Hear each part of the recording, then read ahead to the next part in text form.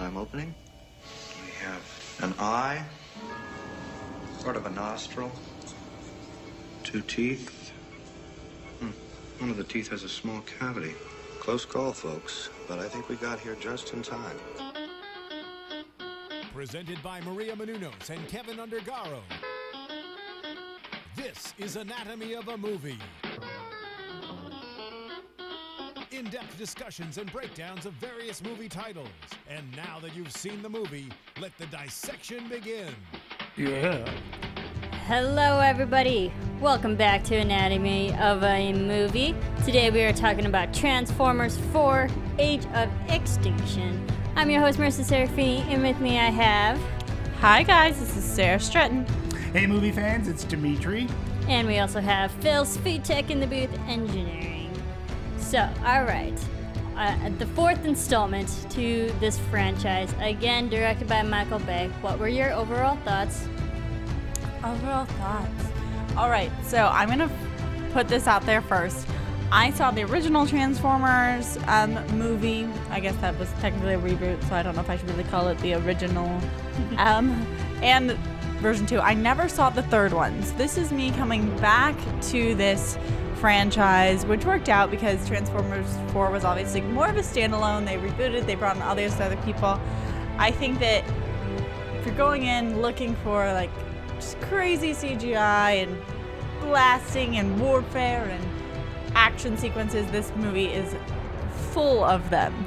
Like there are literally, I was trying to wrap my mind around how many different action sequences there were, and I was like, I think I've lost count, and now they're out of order, and I'm getting confused because there were so many, and that was really fun and really energetic.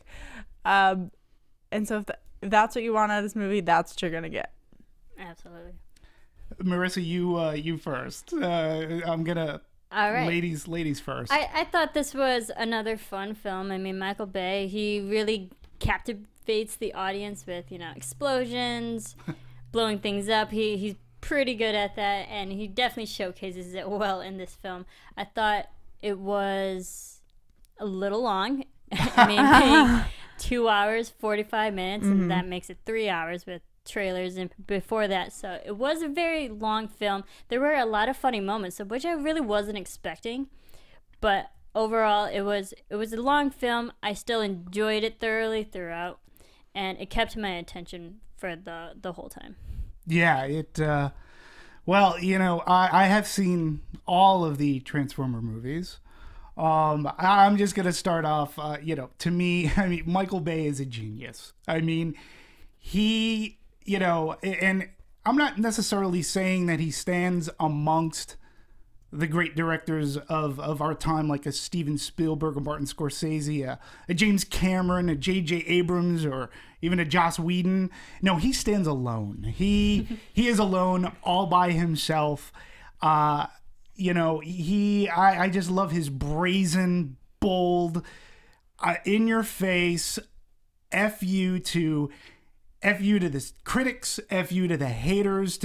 I am going to put together this movie, and it's not going to make sense, I will admit, and too bad, Mr. I can poop out $100 million movie. And yeah, he's just amazingly bold and brazen with what he's able to do. I will say this, I'm going to be referencing an article which I read shortly after seeing the second Transformer movie, Revenge of the Fallen. And I read this a few days after, but somebody had sent me the link to this back in 2009. And it's written by a very brilliant Charlie Jane Anders. And I thought this was one of the most brilliant pieces or essays of writing about a movie. I laughed. I got it. I totally felt this way. And as I was watching Age of Extinction, this Michael Bay finally made an art movie, still works today in 2014. All you have to do is swap out the titles. So article still applying. What was it? 5 years later. Yeah, well, at least Michael Bay's consistent. He is consistent, but I'm going to start off with how this author sums up. I'm going to say Age of Extinction is one of the greatest achievements in the history of cinema, if not the greatest. You could easily argue that cinema as an art form has all been leading up to this. It will destabilize your limbic system, probably forever, and make you doubt the solidity of your surroundings. Generations of auteurs have struggled in vain to create a cinematic experience as overwhelming and liberating as Age of Extinction. Women as well as men, everyone watching this film will feel the dissolution of all their certainties, all their illusory grasp of the world.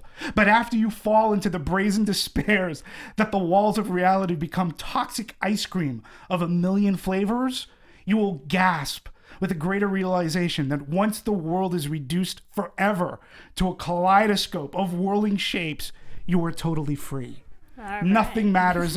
Effect precedes cause. Fish spawn in midair. You can do whatever you want. Let yourself go in your adult diaper. Michael Bay invites you. Feel the music of total excess stir inside your deepest core. It is your allspark, your cube. You are a transformer. And that's how I left Age of Extinction.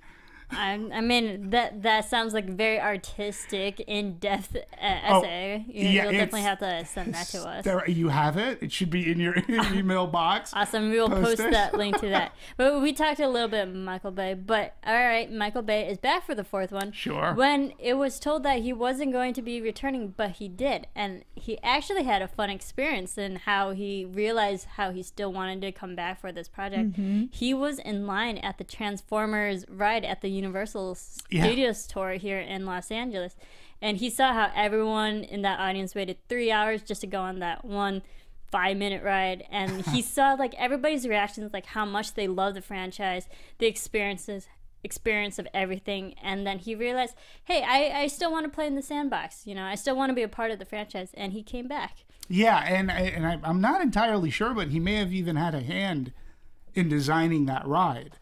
And then Paramount too threw him, he had a passion project called Pain and Gain, and this is how he gets Mark Wahlberg involved. Mm-hmm. So, not uncommon in Hollywood if they want to keep a director on board, okay, let him go do his passion project. He wanted to make a small film because people kept on saying, maybe this guy should try doing a small movie. So he did, and Pain and Gain was his passion project. To me, Pain and Gain, probably my least favorite Michael Bay movie. And off the top, regardless of what I just read, I like Michael Bay. I think he has a great eye for action, for setting up a shot. I think he's as Americana as one can get for a director. His scenes of country life and his orange sunsets with the American flag, flowing in the breeze are amazing.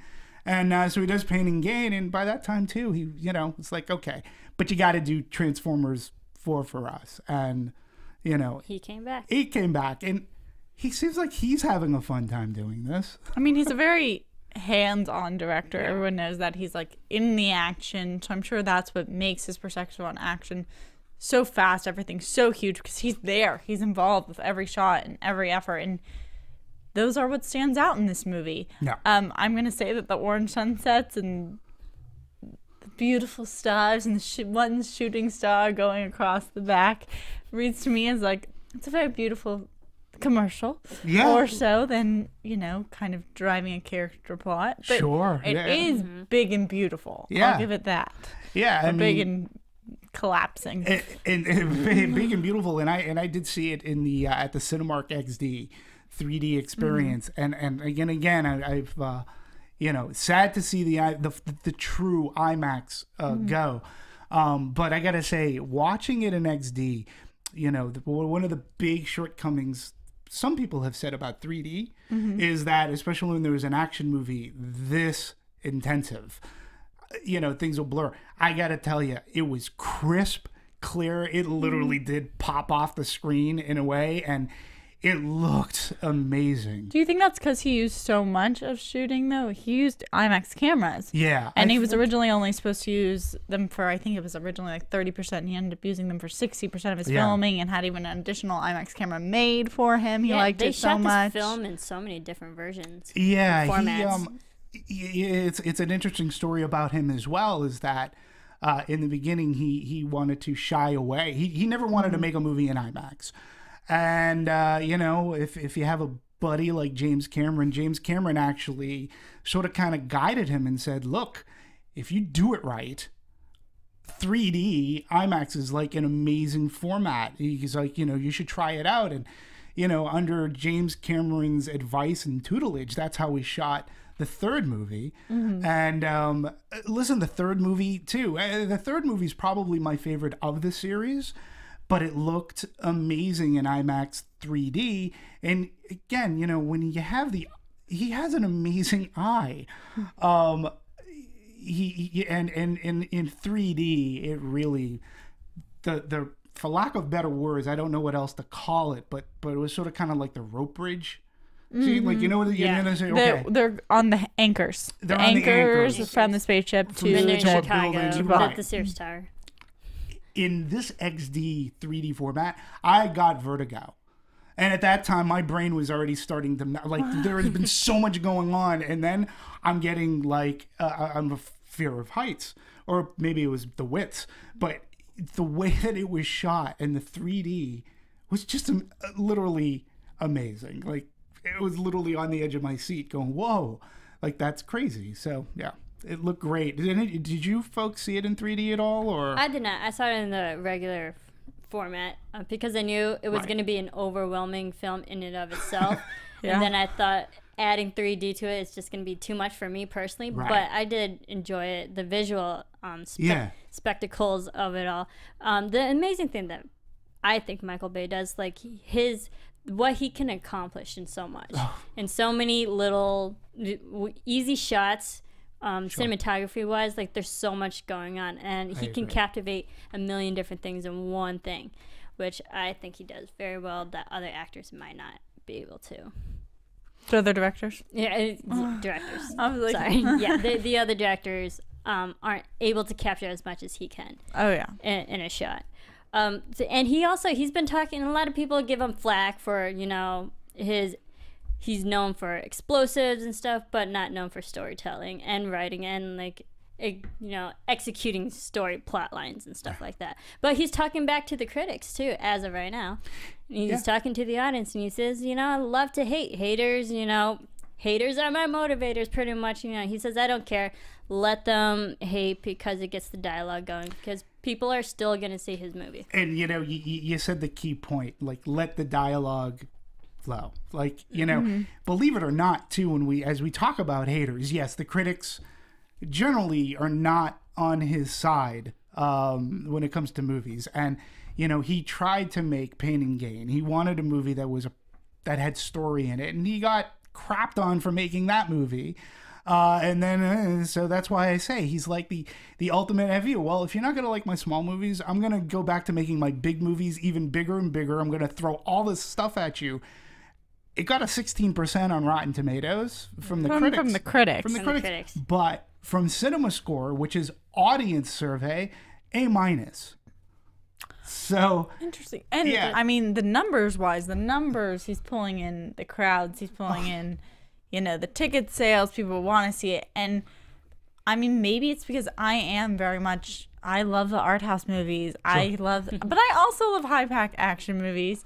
So it's like this, you take it to go in and be like, let's get overwhelmed by the booms and the kabangs and looking how all the Transformers are going about their business. Yeah, it's the sound and the environment, the experience that you can only get in the theaters that you can't get back home on your laptop or something. No, and listen, no argument this movie is sensory overload. I mean, to the point of I was like just asking myself, what is more undecipherable? What is more undecipherable? We had talked about a movie earlier this year, Under the Skin, with Scarlett Johansson, and many of us were like that. I could not see that one. Many of us were like, yeah, I defy you to tell me what this movie is about, and I defy you to say what certain scenes were about, or action, or where this movie was going or headed. But it was so over the top, and again, I just find it so bold that you would go out like. he just defies convention of storytelling, and he's like a kid playing with his toys, right? And yet the adult who sees this goes, "Oh, that's cute," and then they walk away. But we're not in that kid's imagination. Things are happening. That's why there are explosions, and we're not necessarily fully inside Michael Bay's head yet. So we're just seeing explosions go off, and he's just like. That's such a good analogy of him like playing with his toys and being like, oh, I have this other one that he needs to be part of this too. So who is this? This person's not a Decepticon or not a pet, so it has to be. All right, his name is Lockdown. Like, oh wait, I found this other guy. He'll be CIA. Like, oh wait, who is this other one? Businessman. Okay. Oh wait. Great. Yeah, it's a quote like he looks down on the phrase over the top as if from a great height. I mean, and that couldn't be true. Like, 6 hours into this movie when I'm thinking, oh my God, what else can happen? He introduces a new Transformers. He introduces samurai Transformers that turn into dinosaur Transformers or Dinobots. And I'm like, where the hell is this coming? Oh, see, I was waiting the whole movie for those because they were using their advertising. And literally the whole time I was like, when's it coming? But this happens late in the movie. It happens so late in the movie. I wish that had happened earlier in the movie. So late. But then there's the whole breaking of the horse that, like, there's the whole scene where Optimus Prime has a really good buck scene. The stallion, so to speak. Yeah, where he, like, had to challenge the, like, leader of the Dinobots. And at this point, I'm like going, whose name was... What the hell is going on Grimlock? Here? Grimlock, yeah. Grimlock the Dinotron. Crazy. I mean... That was a great scene. I will give that. I'm not and how the other wasn't. two just went up in the hills. They were like, we're not doing this. And then he comes out and he's like, we just want to die for him, don't you? Where the hell do they come from? They came from this ship that they has come mysterious... from the trophy case ship. Obviously. Like, God. And then, when you think the movie's over after the 10th hour, they go to China. Yeah. And the movie still goes on and they're still fighting. And my only disappointment in that is that they didn't wreck the Great Wall. Oh, and actually, this is for China, and China would not have that. Come on now. No, but you know what? Because we know that this film, they did partner up with the Chinese backer, and that was part of their contractual negotiations, that they had to have Chinese landmarks, and Great Wall was one of them, but actually, I believe, didn't end up making the final cut, which was another factor into why the partnership was having problems with Transformers. In the last couple of weeks, that didn't make the final cut. The Beijing Pangu Investments, they had footage of, and they also there was another disagreement. They didn't like the way a certain, I believe, hotel was portrayed. I don't remember which one it was, but how could you? But there were so many landmarks, like the Great Wall, the Bird's Nest, National Stadium, the Water Cube, which I actually did see the Bird's Nest in the film, but for like a split second. Right. So I mean, there were landmarks that were supposed to be in the film for a longer periods of time. Interesting. And then that would have topped the movie out at 3 days. I mean, it's crazy. And this is, and again, just going back to Michael Bay, Revenge of the Fallen introduced us to, like, stereotype race cars, grills that had grills and spoke with an urban slant, and we were introduced to Transformer scrotum and testicles in Transformers 2. Like, and when you think you can't go over the top, Michael Bay does it, and he does it in such a fine form, and he doesn't care, and that's what I love about it. That's really truly, when I'm done with the movie, my mind is melted, I'm twitching, I'm sort of like drooling in my popcorn cup, and I'm like going, well, that didn't suck. No. Interesting things that they had to add. And also another thing on the Dinotrons, that they weren't actually originally part of the original script, I believe. And then they were toying with the idea of Dinotrons, and every time they kept talking about it, they're like, you know what, we have to do it, let's do it. So they've been talking about that for years. Like, it wasn't even just put in this, it wasn't an idea brought up by this fourth installment. That was an idea that's been around throughout the franchise, and they've just been looking for a way to input it. And I'm so glad they did. I think it added a great component. Like, I could have had more of the Dinobots. Yeah, I mean, Transformers, for me personally, I was a little bit beyond like when they were really big, I believe in the 80s or so. 80s, yeah. There was the cartoon. There was the very popular cartoon which introduced the Dinobots. Dinobots were huge. Kids were buying up the toys, and at that point, I had sort of kind of evolved from buying toys to play with to buying toys more for the collectability and going to comic book conventions and selling them off and doing whatever. So I knew what Transformers were. I just never really followed the cartoon as much in that history. And it wasn't until the first, I know that there was one animated movie that Leonard Nimoy was a voice on. And then, it was years later that they did the live action. But amazingly, the gentleman, Peter Cullen, who plays Optimus Prime, is the person who... Go ahead. This whole day I was just going, Optimus Prime. Optimus Prime. I can't do it very well, but it really entertains me. But it's great. He's the only... he's done all the cartoons. He did the animated movie. He's the voice of Optimus Prime. So, who knew? I mean, he found a nice niche for himself, and T2 is apparently a very big fan favorite. And of course, at this point, I can't see anybody else. Yeah, and it's good to have original cast members from who's been attached to this franchise for so long. It's a personal thing to them. So amongst like a movie of all new people. Exactly. Yeah. So I like how they kept it. It's close to home for him. Yeah. To bring. That I also on. like that they keep kind of Optimus Prime as this link throughout them. Sure. I like that choice. Being that in this film they decided to overhaul so many people, characters, whatnot, that they keep that I want character to connect to. That really pulls me through because you have someone that you're constantly rooting for or that you want to win or who's really going to affect you if you lose them.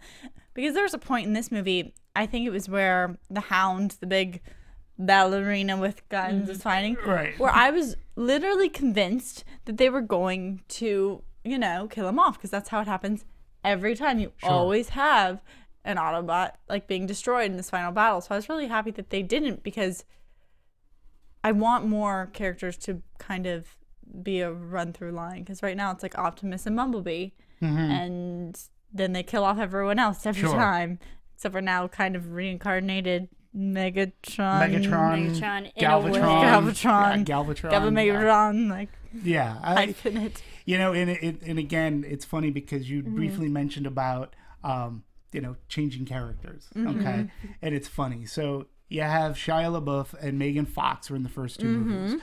Megan Fox dumps him. Megan Fox mouths off to Michael Bay, hey, okay, no more Transformers. And she's like, oh, great, we'll see how you do. And then it's like, okay, we bring in another. Wasn't there some sort of comment involved amongst, I believe she's it was publicly said something about sexism or some along those lines. I'm not sure. She just mouthed off. She said the wrong, and he's like, okay, we don't need you. He goes, and you know what? Even without you, I'm going to make $1 bazillion at the box office. And then Shia LaBeouf, he just went crazy. Yeah. It's like, okay, I'm going to show to you that, you're not integral to this. I can put somebody else in. And in all honesty, I really think that no offense to Shia LaBeouf in those three movies, but I do think that if you're going to reboot, they traded up. I mean, you got Mark Wahlberg, who's just coming off that Lone Survivor movie. He has a lot of goodwill with audiences today, men and female. Completely. So to see him in an action movie, I think was a very smart move, probably on both of their parts.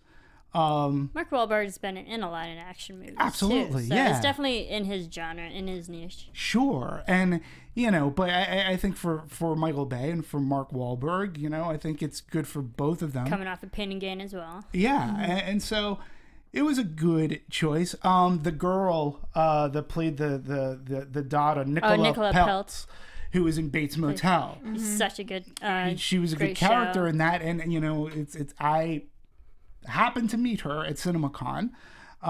She was there along with Mark Wahlberg to talk about. They showed us a scene of Transformers: Age of Extinction, and I happened to bump into her after the presentation. she actually walked by me and I said, "Hey, I love Bates Motel." And then she stopped. She was with, it appeared to be some of her friends, maybe family, I don't know. But she actually stopped to talk to me about that. She was like, "Oh, you really like the show?" And I said, "Oh, watch it weekly. It's great. Don't know what's going on with your character." And she's like, "Oh, well, you know, I had so much fun making that." And she was very sweet. Very, very sweet. And I just hope that the business, as it sometimes can, I hope she has strong parents. I want her to keep that sweetness for as long. And anybody who's willing to stop to talk to me, I'm gonna say that this movie is probably not going to help with the sweetness. It's probably gonna make things harder because that was one thing that stuck out to me in kind of a negative way. It's like, she is an absolutely beautiful, stunning girl that you don't need to push that how attractive she is. And like they're trying to make kind of fun of it through his lines being like, "Oh, your shorts are growing shorter by the second." And I'm like, then give her longer shorts like a normal parent, or make her go change or do something. But it was like every time he would like be like, "You're in trouble," she was never in trouble. And it was driving me crazy. I was like, and she came in, she was wearing a button-up shirt, and it was like unbuttoned like all the way down so you could see her bra. And I was like, just have him button, like, if this is his daughter, he's going to make her button her shirt, especially if she's not allowed to date. And it pulled me out. It pulled me out of the movie every time that I was like, she's stunning. You don't need to make her wear no clothing. Like, she can wear just button the button. It's not that hard. Yeah. Well, Michael Bay never met a hard body that he didn't like. I mean, just from the opening scenes of the first Transformer movie, like with Megan Fox under the hood. I mean, I agree, but we've seen it. No, I understand. Seen it. It's but the that's exact just, same thing. He did the same thing in the third one with the Megan Fox replacement. I mean, if you're going to be a good-looking girl, and you know that Michael Bay is going to. He's going to exploit it in a way. But also the dynamic was also different in this film, too. Because in the first few films, the parents weren't really involved. And then this one, we had the parental father figure. So they and that's had why to it didn't make sense to me. But it also, it felt so unrealistic. Because, like, any father who's that protective, any family member who's that protective, like, you're not going to dress like that around them. Or you're going to make changes, and if their whole thing is that she underlyingly like takes care of him and they love each other so much, and it's not just a complete rebellious stage, then it just realistically doesn't make sense. I agree. Pulled me out every single time that she was dressed like that on screen, and I was just like, okay, this is just everyone look at the hot girl scene, everyone look at the hot girl scene, and I'm like, you don't need that. She's beautiful enough to stand out in any piece of clothing. Like, very young. It doesn't make sense. Yeah. It's not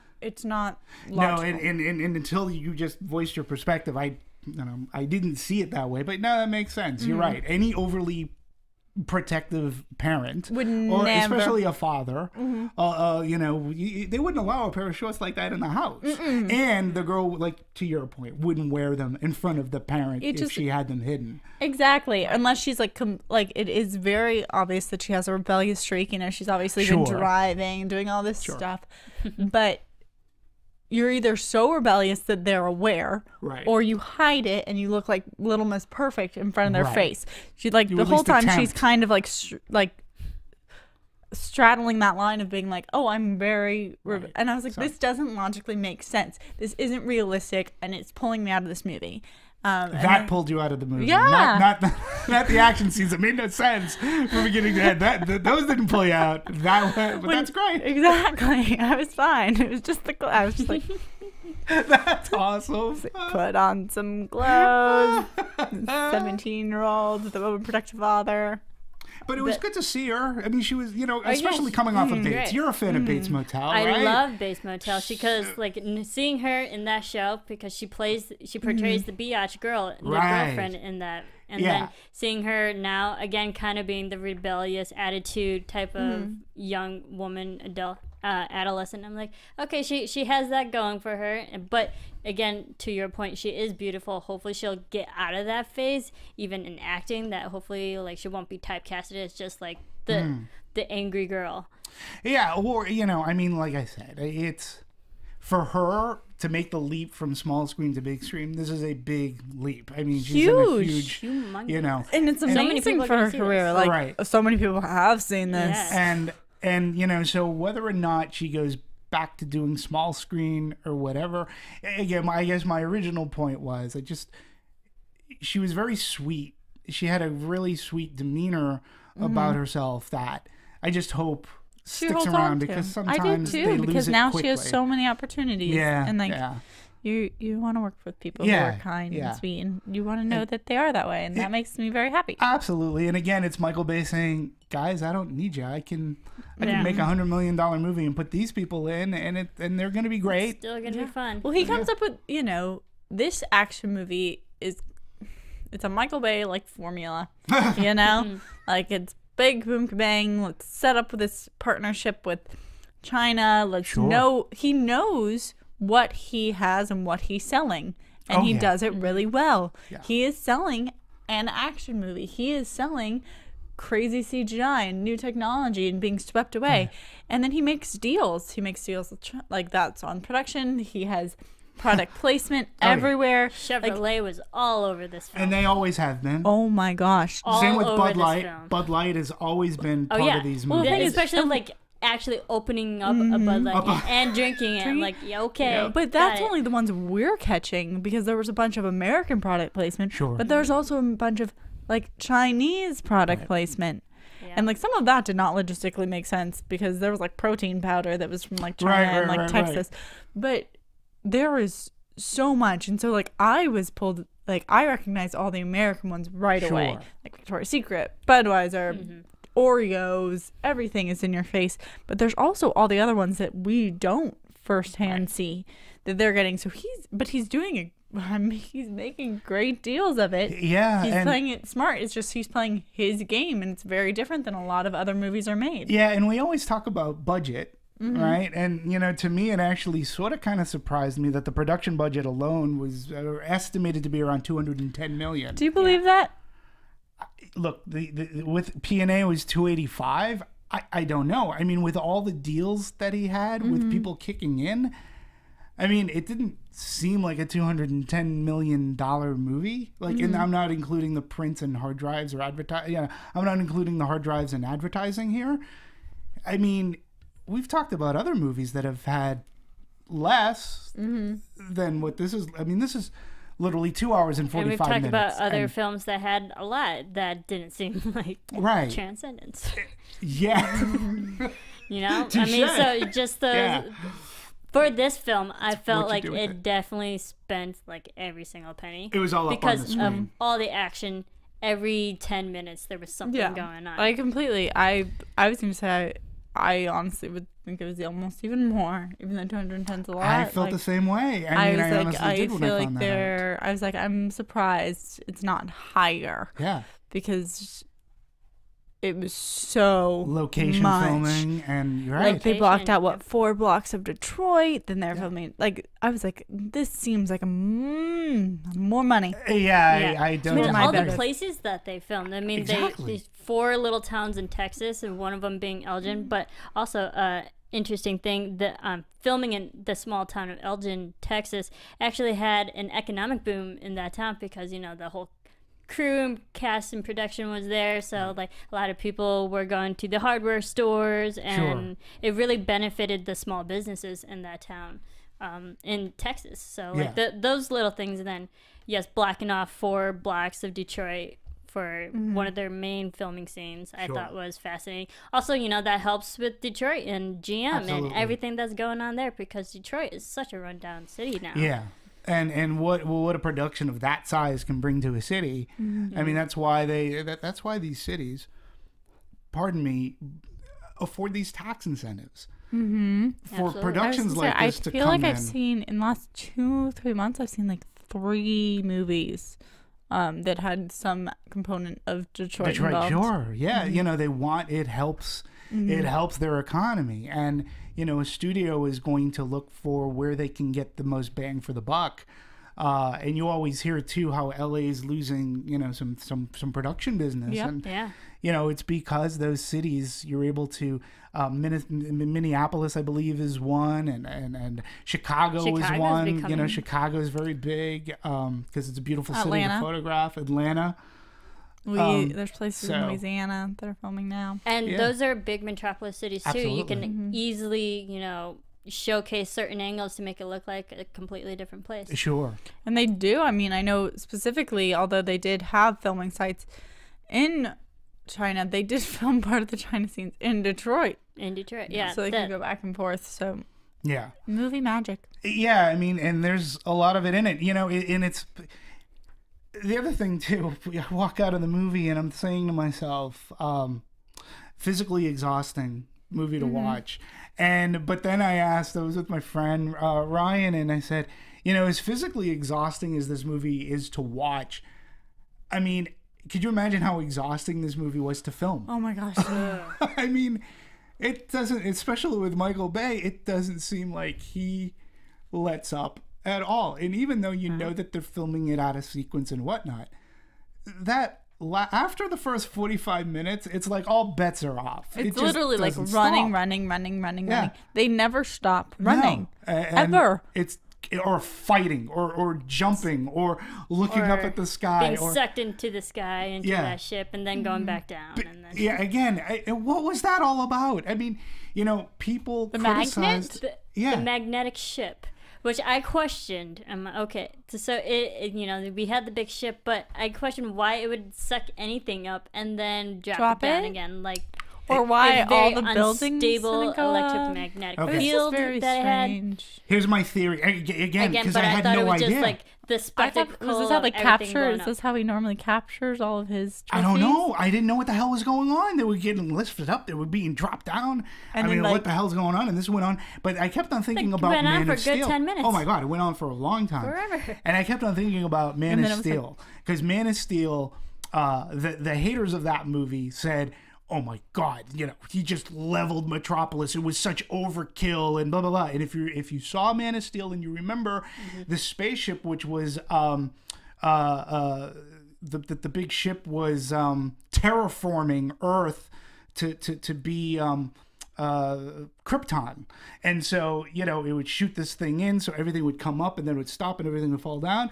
And so I was almost like thinking like Michael Bay saw Man of Steel.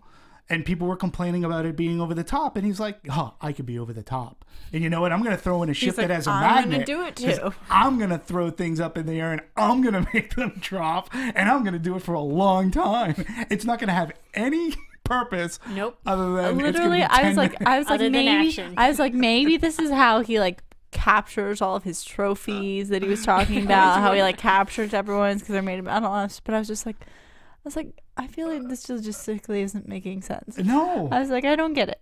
How long is the time period? And I was like, and then what was it? Was it like Gridlock fired the inside and that's what made it blow up or something? Yes. Yes. Yes, that's exactly Maybe? what happened. Yeah. Something like You that have happened. no idea. It's just, I was just How like, it's can on you? fire now. But Okay. we had that whole sequence that so did not need to be there because we also had them in the car driving in reverse trying to avoid all of that. And I'm like, this is just way too much action that serves no purpose. it serves you could technically you could cut about an hour out of that movie And nothing would change. and nothing would really, but it maybe, I don't know if it would make more sense. Like I just couldn't figure out things like Nicola, the daughter, Tessa was trapped in this spaceship, and you had this weird creature grabbing onto her leg, and I'm like going, what the hell? He was one of the captured things in the spaceship. All those were cages. Yeah. And she was hiding off the floor, so she climbed on a cage, and his tongue wrapped around her leg creepily. But still didn't have any purpose because they killed it. Yeah, they killed it, and Michael Bay has said, well, that's a mystery. Well, great. Now I have to wait another 5 years. Yeah, is that going to see be who a else is creature on we're going to this. see in the next film? I mean, it just... My friend Ryan put it right. There wasn't any...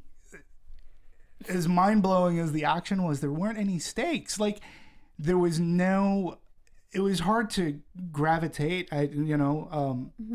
it was tough because there didn't seem to be any stakes as to, these robots fighting. There was no necessarily much of a human interest to. I was really sad when Surfer Guy died. Well, I was too, but that was a shock. That was the only twist in the movie to me, that when that happened, I was like, all right, kudos. I didn't see that coming at all, right? Did you? And he was awesome. And he was the biggest comedic relief, and then they killed him off. Yeah, and again, my theory on that everyone was like, well, they replaced him with who? With Shane. Is that his name? Oh, the Irish kid. He was supposed to. Shane. He was supposed to take over the comedy, but you can tell, with his whole I'm not saving your daughter, you're saving my girlfriend. Those were all supposed to be jabby little But it jokes. almost seemed as if that character, Lucas was the name of that Surfer character? Surfer Dude. It almost seemed as if that character was like, okay, all right, well, comedic relief. Nah, I've got so much action. We don't need comedy in this movie. He's an extra character. He doesn't have a girlfriend. We got the girlfriend, boyfriend. We'll just kill him. He doesn't add. We're just gonna kill him off. They gave him a cool death at least. Yeah, well, to me, I say, see, flip-flops are bad. Everybody was running, and you can't run in flip-flops, and you can't outrun, lava. That's why you always wear tennis shoes. Was it lockdown? Always wear tennis shoes. You always wear tennis shoes because you never know when you're going to have to run. That's the story of my life fast. every single day. I just completely disagree with that statement so much. Well, just look what happened to him. And, hold on. What's her name? I'm totally Tessa was wearing heels half the time, chunky heels. Butt heels. Yeah. But again, Lucas was a character who didn't add anything, nothing intelligent to the added plot a lot point. He did at the beginning. He was comedic. I was really entertained. But honestly, he wouldn't be able to keep up with anyone else in that cast. Yeah, I mean, after I thought, but it still was a shock. I didn't think. I think the way he died was a shock. Yeah. More so than the fact, okay, I knew originally that they were originally going to have to get rid of him in some shape or form. Yeah. It was the way he died that surprised me. But what was interesting to me is that, speaking of characters they could have killed off, at the end of this we have basically everyone survive except for Surfer Dude. And it's but who would you really have hurt from losing? I would have really probably hurt from losing Kane, because he's our main character, and because Cade. I'm just messing up everyone's name today. I'm really sorry, guys. Okay. I'm because I want to say Marky Mark, and I'm that's wrong. No, Don't go with that. Same Marky Mark. Yeah, and but if he dies, or if Optimus Prime gets destroyed, those are the two that are really gonna affect me. Everyone else, I might have been a little bit bummed. You still don't have that much connection to them. I might have been bummed if Tessa. I mean, I actually liked. I understand your point, and it makes a ton of sense. But I did like the rapport that Tessa had with her father. And there was loving. So I think if any one of them died, I would have been a little bit bummed out. And I think, to your point, you're right. It wasn't that I was bummed out that character. It just took me by surprise, because in the previous Transformer movies, nobody big died in such a way, or I didn't see that death coming, or I even cared. So when it happened with him, it was just oh, okay, I didn't see that coming. And it was within the first 45 minutes of the movie that it happened. So, yeah. I mean, I agree. So, they also added another interesting storyline to the Cretaceous period, with bringing the dinosaurs, and now that we have these seeds that can ultimately turn anything into a planet. A planet, Transformers. By a certain area. I thought that was interesting because it felt with this film, it was more going away from the Autobots versus Decepticons storyline that we're so used to, more so the origins of everything. Right.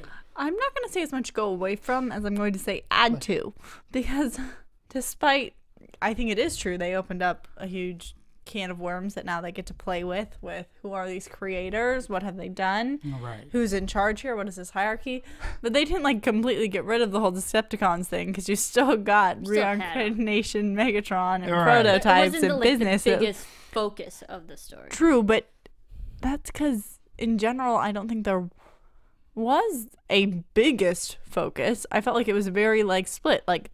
it was like a pie chart, and like there was one section that was like the CIA, and there was one section that was the business, and there was the one section that was like space and the creators, and there was the one section that was like Megatron reincarnated, and then like it was like there were just so I was many. just like, let's see how many enemies we can make. It'll add lots of fighting. But it's nearly impossible to follow all the threads. So okay, the beginning of the movie takes place back in the Jurassic era, the dinosaurs, and we think that's probably And they wiped out the Dinobots. dinosaurs. Right, it wipes it. So It wasn't just the meteor. it wasn't a meteor. It was these Decepticons or whoever they were. So then you have this blonde scientist who comes into the movie thinking that this character is going to play into something. No. It was just like, it was like, I mean, she shows up at the end and she says, "I'm very proud of you." Yippee! Great. I thought it was knew like all along. Mark love interest maybe, but no. No, she's Nope. like, nope. But again, that to me is the Michael Bay, like, doesn't matter. I'm going to put all this stuff on screen and I'm going to play. No. They really must have just story like a table convention. of toys being like, who's playing with each other right now? Yeah, and though how he switches like the gears and another favorite sequence of mine, which was a sequence that he built up from the third movie. In the third movie, there was an amazing highway chase with Bumblebee, and Shia was in the car. And Bumblebee is trying to dodge like these missiles and coming up to a big crash up in front of him. So Bumblebee transforms out of the car into whatever and picks Shia up, and it's all done in this amazing slow-mo, right?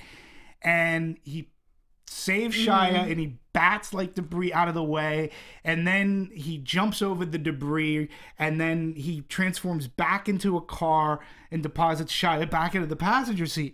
And I remember seeing that going, whoa, that was amazing. And in this movie, he does something sort of There's similar a few. Where they save all all four of them four of at the them. same And time. there's a toss-off. Yeah, He tosses here you them go. to like, oh, here you go. He goes, go long. And he tosses them to They have to have those parallels. And Did you not see the man, football being thrown the whole time? That was like, yeah, it was like, and I'm like going, wow. If like that, I thought in the third one was a big scene. He blows my mind again. I'm He like, multiplied how does it. he think of this stuff? And again, what it has to do with the plot other than that they're running, but God, it just looked good. And that was like in the third hour of the film. I think that happened. I think it kind of happened twice with the catching of them. I think it happened twice within the movie. My question is, this was a little bit of a, I don't know if it was a plot hole or just something that didn't make sense Oh, to please. So many plot holes. I know, but this is the one I kind of just really want to know. So the first time that they encounter the human-made Transformers, when I believe it's Stinger.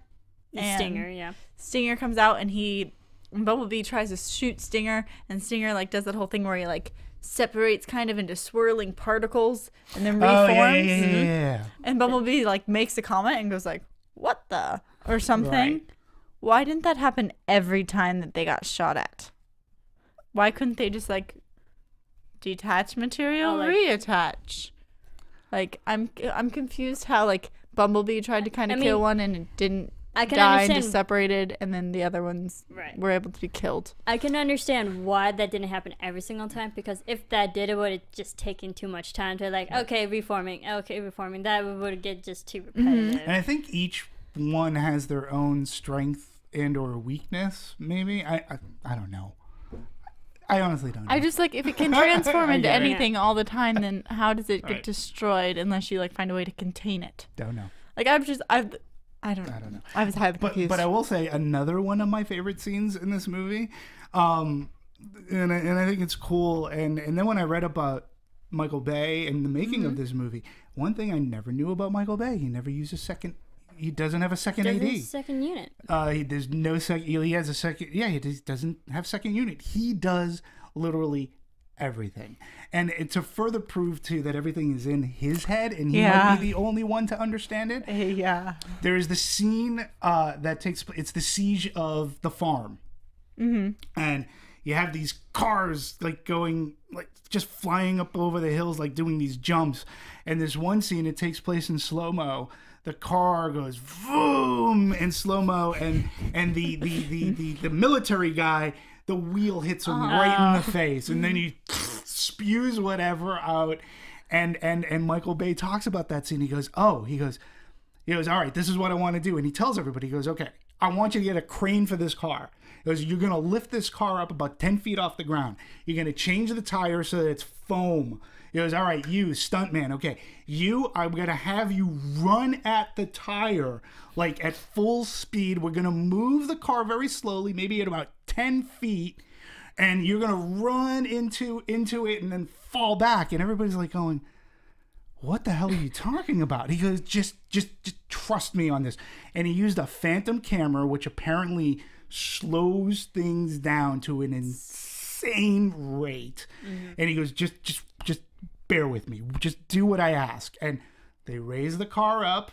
He has the stuntman. Oh, and they put some stuff in the stuntman's mouth. And he had him run up, and he hits his face. And that's not CG. I thought it was CG. Nope. And hits the tire, and he goes back, the stuff comes out, and then when he showed it, he goes, see, this is what I'm talking about. And they're like going, holy shit. Like, so again, it just goes like in his mind, like, but it's a great scene. Like, when you think about it, I thought it was CG. I thought it was CG the first time I saw it. Like, because how do you do that? No, he lifted a car up in the air. Yeah. I mean, that's fascinating. Guys, this is going to be worth, it is. It's a... They say that, painting games is a passion project, but how can you not say this was a passion project when it's like, that's what he thinks of for something that literally, all of these are in action. Almost every shot is like 2 seconds. Like, that was not a long moment at all, but it was a moment he was wanted and was passionate about and saw in his head and made happen. So this would look awesome. Yeah. But I just love how everybody's like, what are you talking about? And he's like, just bear with me, just do it and trust me. This is going to look amazing. And it does. And you're right. I think that's probably, just an ode why studios give him so much money to just, do all the crazy things that he's about to do. He's able to like bring his imagination come to life in a sense. He's able to make his dreams in a sense. This would be great. A reality. And again, I can only imagine how exhausting it is to work under those kind of conditions. And if he's doing all that work, I mean, you don't get any downtime. It's not like the second unit goes out to film that and then he just approves and says, well, this is what I like. He's out there actually filming. Yeah, and also like not having second unit because he was known to do 50 to 60 different like aerial shots a day while filming. So, just use that as your location shots. I think that's why, though, when they talk about, after every one of these films at a franchise, like the first question is like, so when's the next one coming? Like everyone in this film is just like, well, we think about it sometimes, but everyone has to rest after these films and then talk about it and then get back into it because they put so much energy. So exhausting. And it's exhausting. The other thing that was cool too, because he talked about he uses, I don't know, it's not a tablet, but it's like a camera. And he says, they're able to put me in a chair. I'm able to shoot with this camera, this digital thing. And they can move me around, and I already have in my head what I want. So I just say, okay, I want to go up, I want to go over here, I want to go around. It took me 20 minutes to film like this one scene that goes on. He goes, it took me 20 minutes. So maybe that's where the budget, like in certain scenes, if he's like doing what in back in the day would have taken weeks to film, and if he's filming a scene with two Transformers fighting, rolling around, and he's filming it and he knows he's going to put it in, and it takes him like 20 minutes to do that. I mean, I know it's longer to render the special effects, but it's like, yeah, I'm done in 20 minutes. I'm like, Jesus, like, good for you. That's crazy. That's crazy. Yeah. And so, again, I mean, he has the vision that other directors might not have. Yeah. And he gets so much flack for being, hey, you're not the greatest storyteller, but you are a better visual art director. Yeah. And again, I think, like, let's go back. We've all seen Bad Boys. Yes. Okay, I mean, Bad Boys is a funny movie. Has some good action. You can't say The Rock is a good action movie. Nicolas Cage is great in it as an action star. He did this movie, The Island, which I think is one of his more underappreciated movies. Ewan McGregor, Scarlett Johansson. But visually, that was stunning. Oh, visually, it was amazing. The air scooters, the hover scooter chase scene is amazing. I'm not defending 100% of Pearl Harbor, but the one part that I will defend is the attack on Pearl Harbor. I was in Hawaii last year and went to Pearl Harbor and did the various pavilions that talked about the history and how Japan devised this plan. And all I kept on thinking about, believe it or not, was Michael Bay's Pearl Harbor. And I came back home and I remember I went on a YouTube and I was thinking of what I just learned. And I was like, oh my God, he took great time, attention, detail, and respect for the military men there. And he made this, I mean, to me, it's one of the more accurate descriptions of the attack of Pearl Harbor. So, definitely had Battleship Rodan in that film. Yeah, oh my God. And absolutely. And the portrayal of, sinking of the Arizona. But that's Pearl Harbor. Right. No. But just talking about him as a filmmaker storyteller. Yeah. Yeah, I get it. And yes, he's going to have the haters. And I can't defend the story of Age of Transformers, but I can defend him as a director in his eye.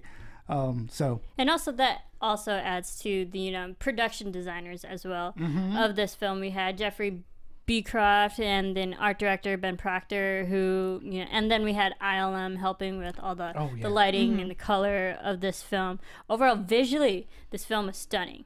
It was so brilliant and visual, and it was vibrant. Yeah, with everything that was going on. Remember how we talked about? Remember when we did 300? Yes. Rise of an Empire, and we talked about how difficult it might have been for a cinematographer because it was basically all green screen, right? With this one, we have this gentleman, Amir Mokri, who's at Emerson. He went to Emerson College. Phil, I thought you would like that. How difficult can it be for a cinematographer to film? I mean, because they did some night shooting, they did, being in China and doing all these various locales, the lighting, and then knowing that something's all the gonna base plates they had to film exactly beforehand. Like something's going to be here, but it's not here now. So I think for a cinematographer, that has to be a sort of kind of a hard deal, right?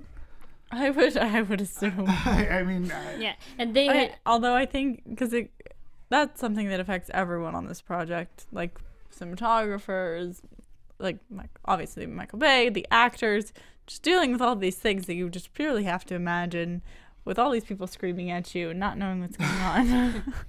They had a team of 60 plus animators. Yeah. I mean that's a humongous, constant working team, day in and day out. And also, ILM helping with the lighting and the rendering of everything, of the animation, and just the way the light moves with the Autobots, and how the light would reflect properly off of Optimus Prime's blue colors and stuff like that.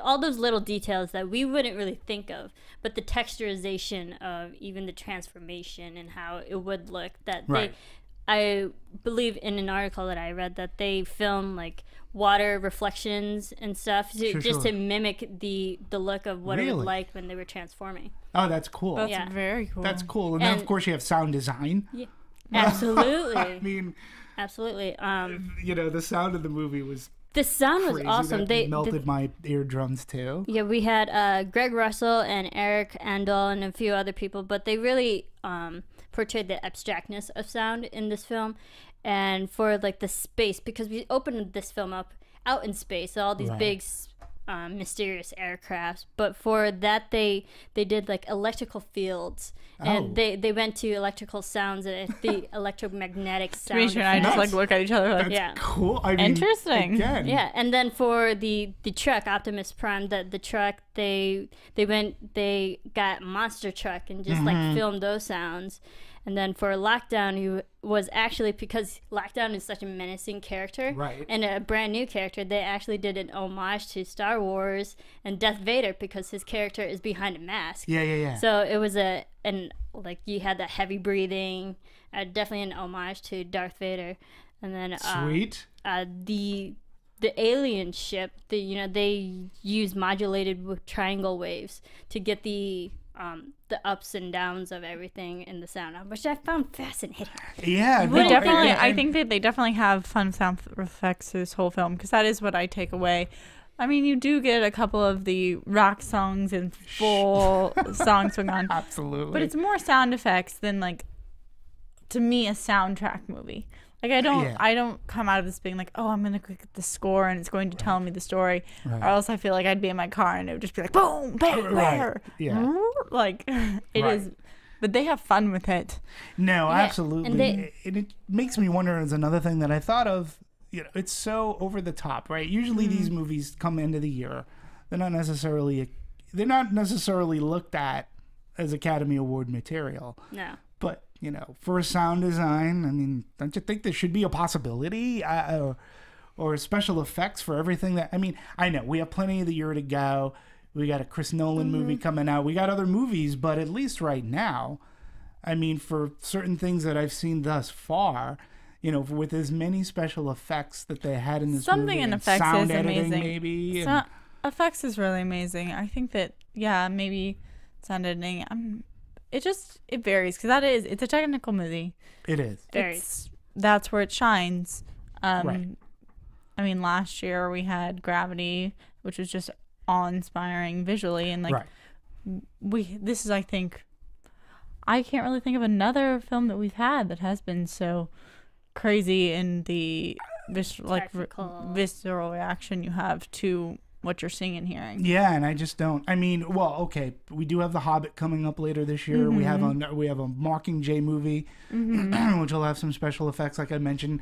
Chris Nolan's Interstellar will be coming out later on this year. That'll be big. So he's always an innovator, so much. But listening to you, Marisa, talk about the sound design, like that's incredible. Like that's crazy, the depths that. Oh yeah. Oh, and another one for Stinger, they actually use like sonic transformers and actually, if for the hardcore fans of Transformers, they actually put a few sound effects from the opening theme song of the Transformers cartoon version. No, and there are like subtle hints to that, those little nuances. They do pay little nuances and homages, even with like their characters and who they use. And like the more than meets the eye line is somewhere in the film. Is it? Yeah. See. I mean, I didn't catch that, and then when I found that, I was like, oh, so much maybe going you should on. watch the film again. How could I? And we, you mentioned music, and Steve Jablonsky, who we've talked about before. Who's done all 4 films. Right, and he's done like Ender's Game. He did do Pain and Gain, so obviously he works with Michael Bay. He did The Gangster Squad. He's been on Desperate Housewives. Did he do Lone Survivor? He did do Lone Survivor. So also working with Mark Wahlberg. Yeah. So he's his score. It's weird. It's like you're right. I can't. Other than when we started off the podcast, I heard the score, but while watching the movie, I mean, it definitely is the bed to everything other sound that's being thrown at my ears. Oh yeah, and they also said when they were sound mixing the film that Steve Jablonsky was in studio, and the way that they mixed it and edited it together, he would compose his music to the beats of a lot of the sound effects throughout the scene. Which was there's so many. I don't know how you kind of wouldn't, though. You know what I mean? There's so much going on. They have to be tied in because you've got so many sounds that you're already going to be dealing with. And even a couple of the scores for this particular film, you can hear a lot of sound effects that he would use as certain beats in his music. Yeah. Which I felt different compared to the other scores that he's filmed for the other films. Sure. But let's talk a little bit about the cars. Okay. I mean, Marissa gonna take it away from me from I'm this not one, a big car fan. I don't know I'm not a big car anything about cars other than the fact that there's apparently an engine and wheels. But I know what I drive. I figured for the guys who might be listening. Maybe it is. Maybe you need some jumper cables. It's my Enterprise. It's my RAV4. I figure for the guys who are listening might enjoy this, but for Bumblebee, they used like 2 different cars. The 1967 Chevrolet Camaro, and then when that got upgraded, that went to the 2014 Chevrolet Camaro. I really liked when it was the original one, like the older one, because it had the initials SS on it. And I was like, yes. I'll take it. I'll take one. Sara Stretton, SS. I'll take it. Then Slingshot was the 2014 Chevrolet Corvette Stingray. Sweet.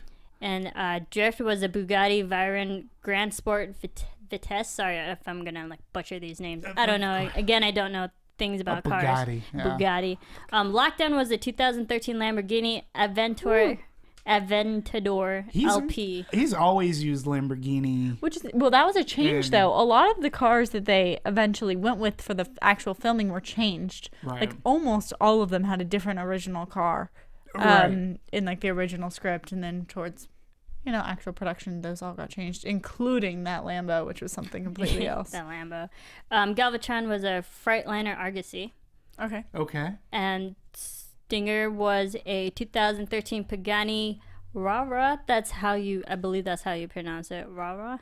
I know. Which is a Chinese automobile. Some of That's these what's sound like they interesting. were Well, in a lot that of Need them- for Speed movie. Well, some of Yeah. them I know are Chinese models cars, and part of them reason they wanted those not only was it because of the contract with China, but was because the companies want to bring their cars to the U.S. Right. And so within the next couple of years, some of these cars and their brands the companies are hoping will be available in the United States. Yep. And this is already like forward marketing for them, getting people recognized to like what their cars look like and et cetera, et cetera. American consumption. Exactly. Yeah. So not only is this advertising to go buy your, Chevy, it's Yeah. also going to be buying a new Chinese car. Well, I remember when the first movie came out. Yeah. Chevy GM did the huge push Crazy. on the Oh yeah. I saw Chevy Crazy. every single time they Everywhere. transformed a car. And when they would Everywhere. park, Chevrolet logo, Chevrolet logo right in right your there. face. Yep. Mm-hmm. Yep. And then Shane's car, the boyfriend's, his was an Ultimate Sonic RS, which was probably, in my opinion, the least memorable, even though we Right. did a lot of chasing in that film. I Yeah, like yeah, Surfer yeah. Dude's car. What was his? Oh, a Pinto? what was No, what was his I was car? the little one. I forget what his car It was. wasn't a Mini, was it? Maybe he wasn't. it Oh, you know, it was a Mini. Was it an It older was a Mini? Mini. Oh, Yeah, the it was a Mini Mini. Cooper Yeah, it was like kind a. of- Yeah, it was. A I really Mini, liked you're that right. one. Yeah, that's very, funny. very It didn't simple really car. fit Texas to me, but No. I was like, okay. They got it for free. And I think that adds to his character. He was a very misplaced, out of place character. So was like, Mark Wahlberg how with did his he accent. end up in Texas? Yeah. How did a surfer guy end up in Texas? Were any of them from Texas? I didn't hear it. Probably. No, I didn't hear not. that. No. Also, just a little bit of the Dinotrons. There were 4 of them. Grimlock, Slag, Slash, and Snarl. One of the concept artists, Wesley Burt, he uploaded his photos, his conceptual art to Facebook, and he had like different versions of the Velociraptor, Spinosaurus, Triceratops, in different colors, different lighting, and I think it was pretty cool. You can check it out on his Facebook profile. Really? Yeah. Now, did he have that up there for people? Did he put that up after the movie came out? Or did he do it after. for people to vote on or something? No, or like to see, hey, what design? No, so it was after the movie. No, he put his it was after concepts the up? fact. It just That's showed cool. like the different versions and how many concepts they had for creating the Dinotrons. You'll have to show me because I do not have a Facebook. Yeah, so, well, but that is really post a cool, link. and I think that obviously you can tell that there are a lot of people involved, like concept artists, and coming up with all these different ideas and how to, how are we going to do this, and ultimately whittling it down, and ultimately, I guess in a sense, it being Michael Bay's decision to go, I think we're going to go with this and whatnot, but yeah, again, you can just see how exhausting a project like this would be to make. very, Agreed. very exhausting. I mean, we talked a little bit about some of the cast, but how about the other people that were new faces to the franchise, I guess you could say. I mean, we had Stanley Tucci. He's not a new face to anyone, really, but I thought it was interesting how they casted him as a billionaire, somewhat psychopathic. Sort of He like Steve always- Jobs-ish. Yes, He's very good at playing, that he always has wheels turning. So Yeah. he definitely plays intelligence very well. And he fits right in billionaire tycoon land. I felt like he did a good job, and I felt like for picking the person who could find a moral compass and turn. I liked his little character arc, and I liked how he liked his fighting girl employee. Oh, that's who I want to talk about. Yeah. A bit. But, Stanley Tucci, it's weird what his career track and path has taken him. Because he's a good actor, and, then when you start seeing him in the Hunger Games movies, you start seeing him in Jack the Giant Slayer. You're seeing him in the Transformer movies. Like about 10, 15 years ago, you wouldn't necessarily expect him to be in these kind of movies, but I don't know. I mean, the guy wants to work. The audience is there. And people like him. He's not choosing necessarily unwisely. He's in like Hunger Games, huge Big movies, franchise. and he's been in. He's going to be in all of them. Now if need be, he can be in the next Transformer movie. I mean, he's picking movies that I don't know. Maybe he has kids or grandkids, and he's like, hey, why aren't you in a movie like this? He goes, okay, can I be in a Transformer movie? And it's not like he's bad. I never get the sense that he's phoning in the job. He was fine in this movie. He's doing it for a paycheck, but he wasn't obviously blatantly doing it for the paycheck. Does that make sense? Yeah. Do you agree? I really like him, so that's a harder probably point for me to play, because I think that a lot of his characters, although seemingly are like from very different worlds, I guess, I don't want to say he always plays himself, because that's not what I'm trying to say. Right. Whereas I think there's some actors that do. But he does have kind of like a through line with his characters, like a through point of view, where it is that smart, it is that calculating. Right. He has that within him. So to me, my favorite part of his storyline, though, was his relationship with his coworkers versus the actual mission of his company. Yeah. I wasn't as sold by like them, creating this new metal in their show. I was more invested in him because of the fact that he had this change, the fact that we saw that elevator scene. The elevator scene is very funny. It was great. Like, that's more of where I was glad that his character in that story was involved. And his character, too, is like, when you think about it, this Joshua Joyce, his was the only one that had any semblance of a character arc. I mean, Mark Wahlberg, from the beginning to the end of this movie, doesn't change all that much, other than he's accepting of his daughter and the boyfriend, but that's about it. But his character does, he has a 180 if you're going to defend, and I think that, right? I think that's exactly what Stanley did with his character, because you could see he played a person who was so passionate into his work, like excited about the new transformation, the metal and what it's going to do for the world, and that we can build our own Transformers, and like his evolutionary mindset that he had in it going on. And then him realizing it, hey, this is actually not being played. Yes, this isn't my exact ulterior motive that I wanted, like this isn't exactly how it's panning out that I wanted. And so I did see his character change in that way. He did have that realization moment where like, hey, I'm actually doing bad instead of good. And I think he did that well. Also, let's talk about we had Jack Reynor, who played Shane, the boyfriend. Again, another fun character who did help here and there. I mean, he drives the car. He's an interesting younger male foil towards Mark Wahlberg's character. Yeah, I think he did a good job for what he was given. I don't know if I can really applaud what he was given. He could have been almost, no offense to him. Yeah, I'm not familiar really. I'm really not too familiar with Jack Reynor. He has not been, and he hasn't been in he's been in stuff. He has not been in a ton. And I agree.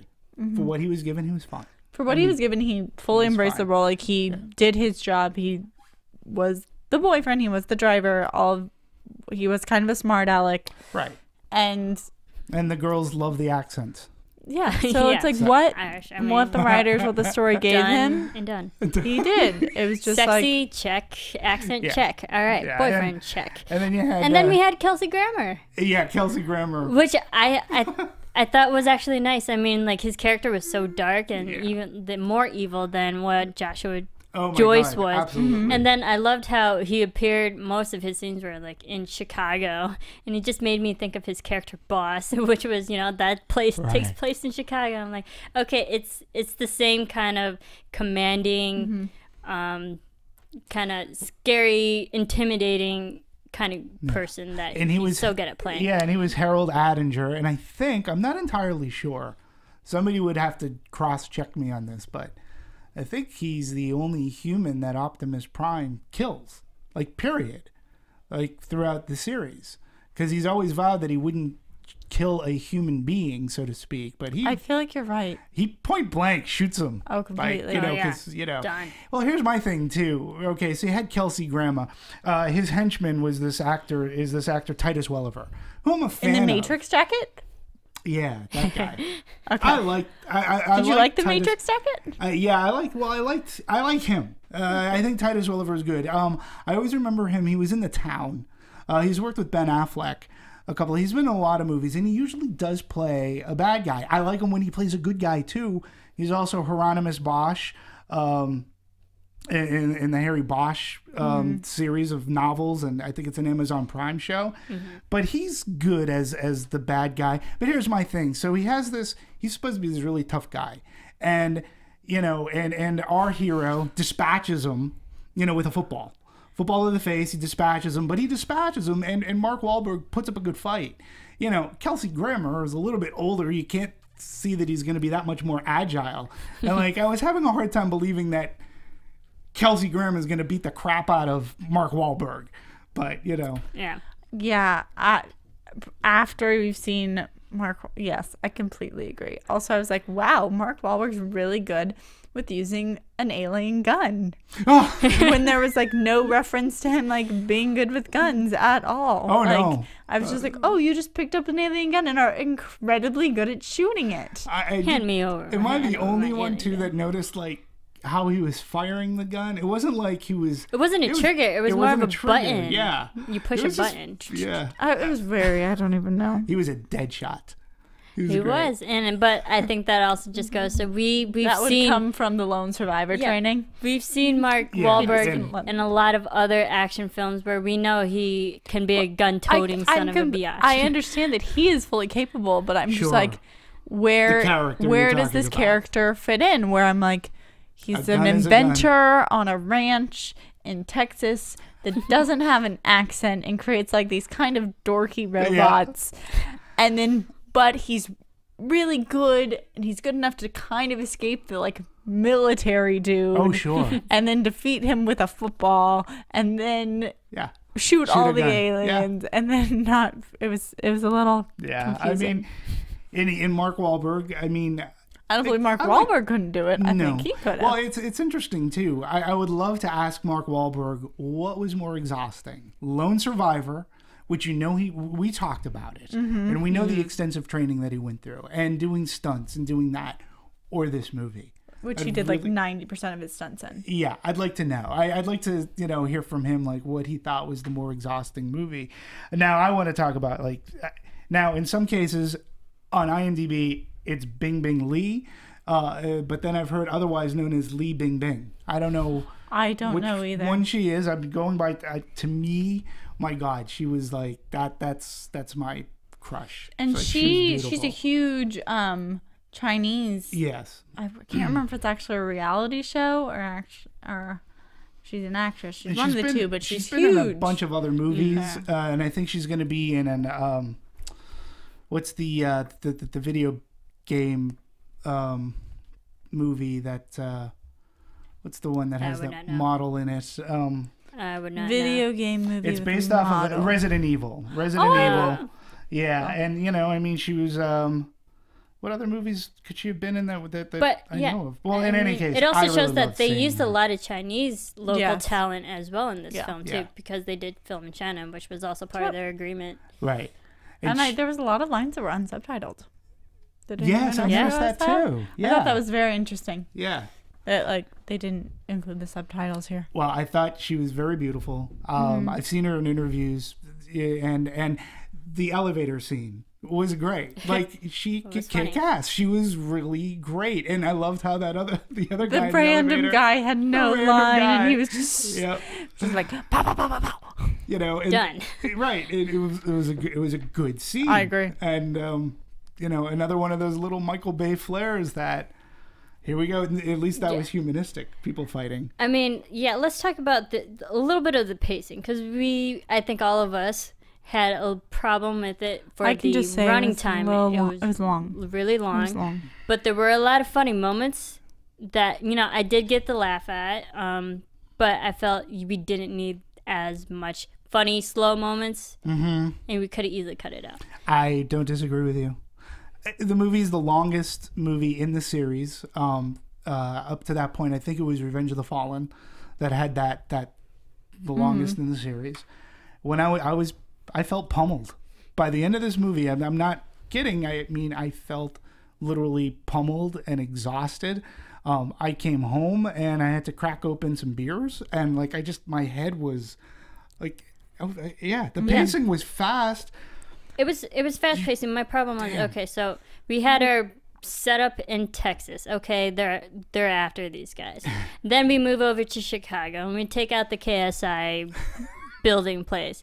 And then I'm like, okay, nothing's still happening. Now we go over to Beijing, China. And then we have a big all the stuff that goes on in China. And they go on the ship and all that, and they're tracking down Tessa. And you have like an hour in each place. Still nothing is happening. And then they're fighting through China through the streets, and they're like, okay, we gotta, you know, take care of the seed bomb. And they're still fighting. Okay, still nothing's happening. Yeah. A lot's happening. A lot of things are being a lot happening. Again, I said a lot happened, but nothing happened. Right. I mean, a lot happened. It's just, again, the pacing. It's odd to hear to hear these words come out of my mouth, because I do like a good action movie. I like a good Die Hard movie, or even like a Jurassic Park, or what Steven Spielberg can do. Like with an Indiana Jones movie. But part of those... Steven Spielberg has a vote on this. Yeah, executive producer and such. And those movies, like, you really realize the importance of being able to catch your breath. Mm-hmm. And this movie doesn't really allow you to catch your breath at all. Like, with the exception of the first 45 minutes, like when we're in Texas, up to when they firebomb and we lose Surfer Dude. Then it's off to the races, and it's and relentless. It really doesn't stop. It doesn't stop. And being a guy that loves this sort of stuff, I felt pummeled. It didn't stop. So, but that's why I said I was exhausted. So much. Right? Don't forget location number 4 when they're on the ship. Yeah, the ship. When they were on the ship. And even that, like, looking for Tessa took a good 20 minutes. I mean, like, you can't forget these giant chunks of time. And 20 minutes, and just like chasing, like, okay, Tessa's at one end of the ship, they're on the complete other. Let's fight all these people to get to her. I'm trying to took a long time. Yeah, and I'm trying to break down, like, 20 minutes is a long time. And I'm just trying to think, if film was still relevant today, how many reels of film that would have been shipped out to the theaters. And, we're talking, I bet you this would be approaching 8 to 9 reels. I mean, it's just insane as to, you're right, that took 20 minutes. What was the other scene that we were talking about? Oh, like the whole magnetic going up and down. That was ship. 10 to 15 minutes. Easily cut that. Absolutely. Mm-hmm. Absolutely. And they literally got to a point where I was... Like, I was twitching. I told Marisa I was in the theater, and I was like, I was mesmerized so much that I wasn't really aware of what my body was doing. But somehow I ended up with like an arm over my head, like this, like, or something. If you're I don't listening really in know iTunes, how it definitely was. check out the video. But I was like, like my hand was over my head. I must have been like stretching or something. I don't even know. But like I snapped out of the movie and I was like, oh crap, my hand's in the air. Right. Like I had to grab my own hand. And How did that happen? I was like, how did the person behind me not kick me or something? Just go back to what I said packed before. Theater. I was in a very packed theater because I tend to Oh, go to were the you? movie theaters Yeah. at the most civilian times ever, and so I had When did you everyone see it, was if I there. could It ask? was a Saturday at 8:00, so like yeah. everyone 8 at was night. there. Okay. I saw And, it yeah, late 8 at last night. And it was packed? Late. And it was packed, you said? Yeah. But I also went to a theater that was $5 Tuesdays. But my theater, like they have it? everyone was squirming at the end because we just wanted to move. It was so long. The bathroom was so packed. Like, Mm-hmm. yeah. I mean, the bathroom was like everybody just made a beeline to the restroom after the movie was done. And, There was a lot of kids you in know, my movie too. There were, even huh? though it was late. There was a lot of kids. I noticed because they kept getting out and leaving and coming out and going back. How about you? Mm-hmm. Were there a lot of kids? Not that so you much. It was remembered? mostly like the young adults, There was a lot demographic. of kids in my show. Yeah, and it because was I went to late a at 12 night. o'clock in the afternoon show, and it was crowded. I can't recall if there were a lot of kids when I saw it, but it was crowded. There house, was full 12 noon. families. Really? Full families in my theater. Wow. Okay. Well, we talked a little bit about the reception and people, the audience reactions. I mean, there's a lot of people in my audience, a lot of guys like hooped and hollered at the car transformations. When Megatron went from the old rusty truck to his new, not Megatron, did I say? Optimus Prime, I meant. Sorry. When he changed into his new look, people went crazy over that. Yeah, I mean, the audience reaction for me, and again, that was one of those things that I just didn't recall in the past movies. Like, I was wondering, what the hell is going on? This laser beam comes out, and now all of a sudden he was You this can like rust code bucket, off and then, another car. Yeah, I guess. That was a big thing in the first film. Yeah. When Yeah, see, I Bumblebee don't- first changed, that was a big deal. And so Yeah, it's been such a long time. My audience, what I recall is walking out, and there were a couple of guys behind us, and the guy was like, he goes, I thought that was awesome. It's like, okay. My audience applauded when, it seemed to applaud at the right time. Nobody was laughing at the picture. They were laughing when they were supposed to. My audience seemed to like it. I didn't get the hoot and hollerings like you did with Optimus Prime. they went crazy. Like yeah. the guy next to me was like clapping loudly. Yeah, that's crazy. Yeah. How But- about you? Like last night? No. No. But okay, so we know that there's actually a fifth movie Sure. coming out that's slated to come out in, I believe, 2016. Mm-hmm. And then we also had the writer coming back for that, Aaron Kruger, who wrote this film, who's wrote this, I believe, wrote the the third, second one. second and third one, and this one, and he's writing on the fifth one, and he doesn't have the sixth one planned out yet, but there is a fifth one Yeah. down the road. Yeah, of course. I don't know if I can say I'm excited for it. I need a break from it. Well, I mean, Yeah. a good 2 years will do it. I mean, I'll be seeing it. But And again, I'll be it prepared doesn't for it. incite that. I don't know. Maybe for me, it's like I hope I'll watch it. But I don't have the same like joy attached to the next one coming out as I do have for a lot of the franchises I'm a fan of. Sure. Oh, I understand what you're saying. And again, for me, I'm the same way. I'm not a huge Transformer fan. I mean, I've actually thought, like I said, the third one to me is of the series probably the best one. Fallen, Revenge of the Fallen to me is probably the worst of the batch. I like the first one, and this one, I like what it is. Yeah. You were I appreciate it. entertained. I was entertained. I've never found them to be great paragons of movies, but they are. I can't say that for the most part they're not good popcorn movies.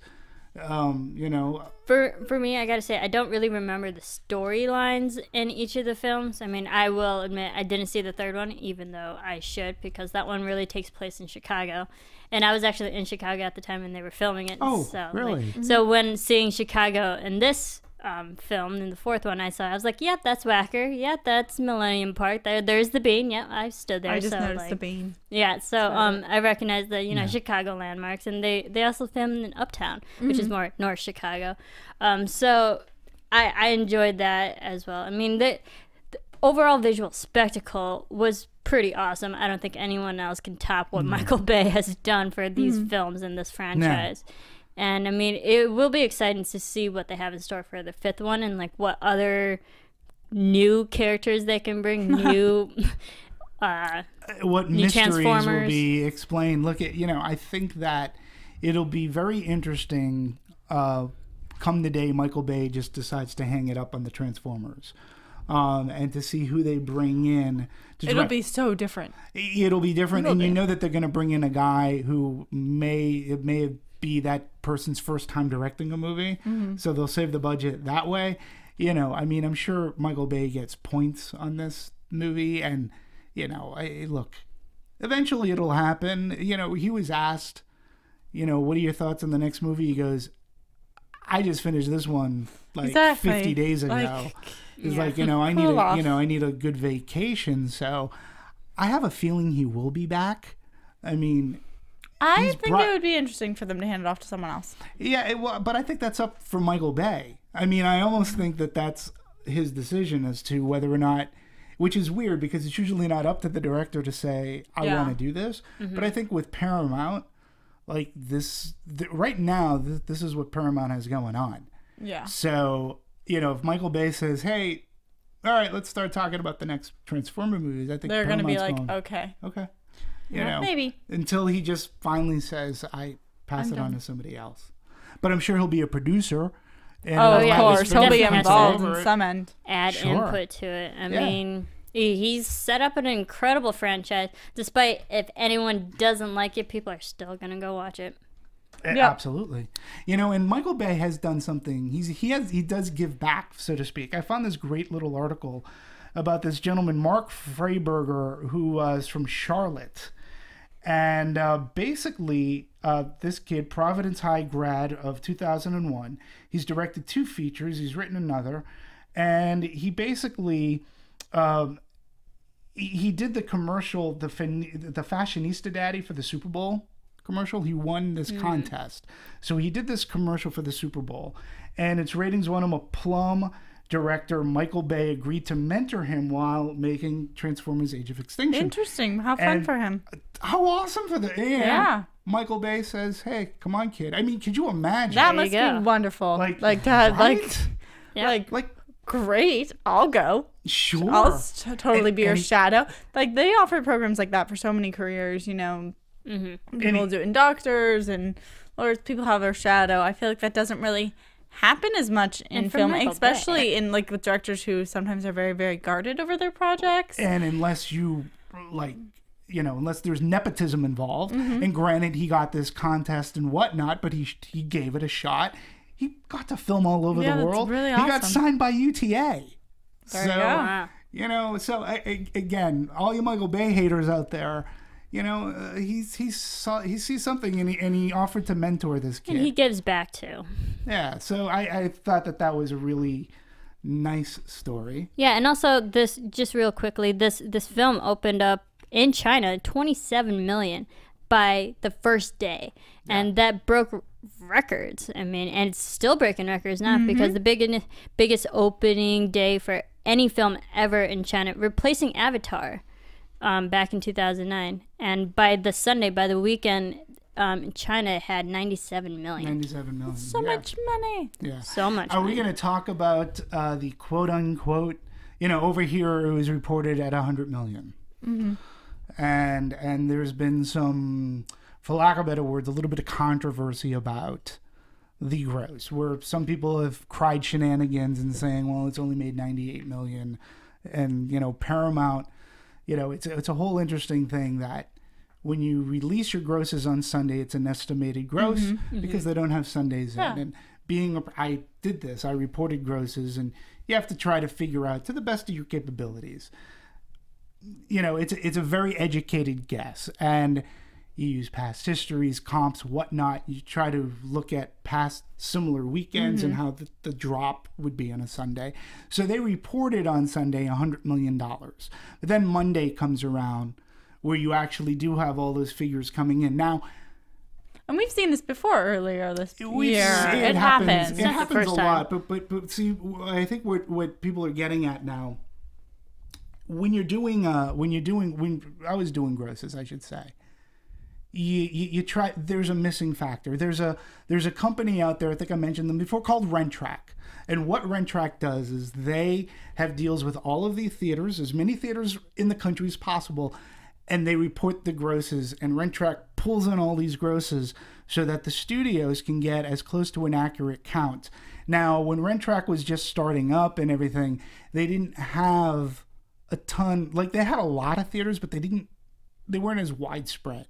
So you had to figure in, not only did you have to estimate, you had to figure in a missing factor to do that. And then Monday, even when Monday came along and the grosses came in, you still had to factor in a missing factor. Well, Rent-Track has become so popular and pretty much everybody feeds into it with the exception of maybe 100 to 150 theaters, give or take.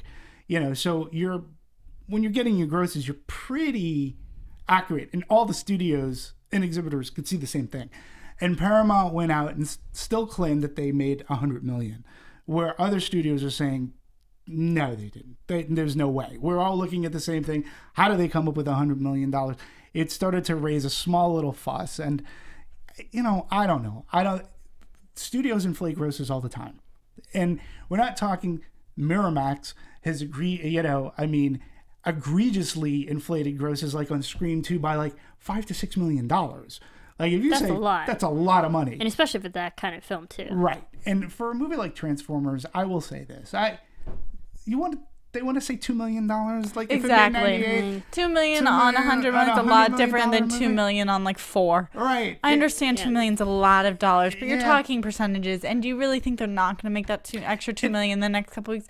Come on, the next couple hours. Yeah, exactly. Calm down. Exactly. And I'm like, well, you know what? It's a lot of it comes down from jealousy. Maybe another studio has a movie that's coming out. And they want to have a record for the year. They want to say, we were the first movie to hit $100 million. Yeah, that's true. And the funny thing is, what nobody really looks at, too, another interesting thing about gross collecting, especially in this day and age, movies have a lifespan like of maybe 4 weeks, okay? But nobody starts to pay attention to the box office gross.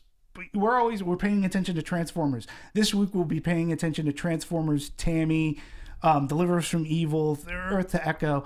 So Rise of the Planet of the Apes will be coming out soon. And, the movies that opened up 6 months ago, like those are the movies right now, too, that studios are sort of kind of padding the gross because maybe they need to reach a certain number, but nobody cares. Yeah. But so when Paramount says they were $100 million, I'm like, really? Every studio does it. Stop with the finger pointing because... But it's just like... It doesn't matter because they're going to make that money like, anyway. Who wants to be on top for the year? Who wants to get the records? Who wants to beat out everything? Right. And when you're going for records, sometimes $1 million, $2 million really can make a difference. Yeah, and 90 million in China. I mean, we are talking that globally this movie's 97 million in China. In China. Just in China. That's crazy. That's the way they say it's the way of the future. Yeah, it is. And China was a big backer in this film. They had Chinese actors, Chinese merchandise and product placement. China was very involved in this. Sure. Yes. And I think they want to become more involved in this type of or just films. Filmmaking. Yep. Sure. I feel like films are going to be more catered towards China in the future. I agree. All right. Well, I think that's it for this dissection. We covered a lot. I mean, and there's gonna be a lot more Transformers. It's not going away anytime soon. No. I mean, we have other franchises to also, talk about too. I mean, Hunger Games is coming out at the end of the year. That might make a big record sale, It'll probably, in China. listen, who knows? And in the States, Hunger Games could be poised to do 150. I mean, it's coming out Thanksgiving. It's huge. We get, like we said, we got The Hobbit. Yep, we have a lot of big franchises coming up. A lot of big stuff. And then next year people are already pointing at 2015 as being the granddaddy of we've got Star Wars, we've got Age of Ultron, we've got, it's going to be big. I think this year, we'll see. It's a lot of money coming in, not in my pocket. I feel like it's the summer of sequels. 2014 is definitely the summer of sequels. 2015 is going to be even. Yeah. All right. Well, thank you guys for listening. You can follow us all on Twitter at Movie Anatomy. You can follow all of our fun dissections on our website at anatomyofamovie.com. We have a lot of different social media places. Check it out. Where can we all follow you to keep talking about these awesome films? you guys. Hi, this is Sara Stretton. Just keep commenting YouTube on our website. We love to talk to you guys, and we'll see you soon. You can find me here, folks. I do write back, and I do check these things periodically. Here's where you can find me at Anatomy of a Movie. Yeah, and we hope you all have a nice 4th of July. Maybe go watch this film if you haven't. I mean, you're listening to us, good chances you already have. But, you know, thank you all for listening. We will see you for our next dissection. Bye, all.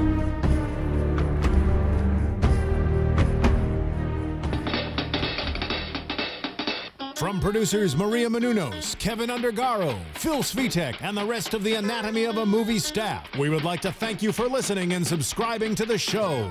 If you have any questions or comments, feel free to email or tweet us. I'm Sir Richard Wentworth, and this has been Anatomy of a Movie.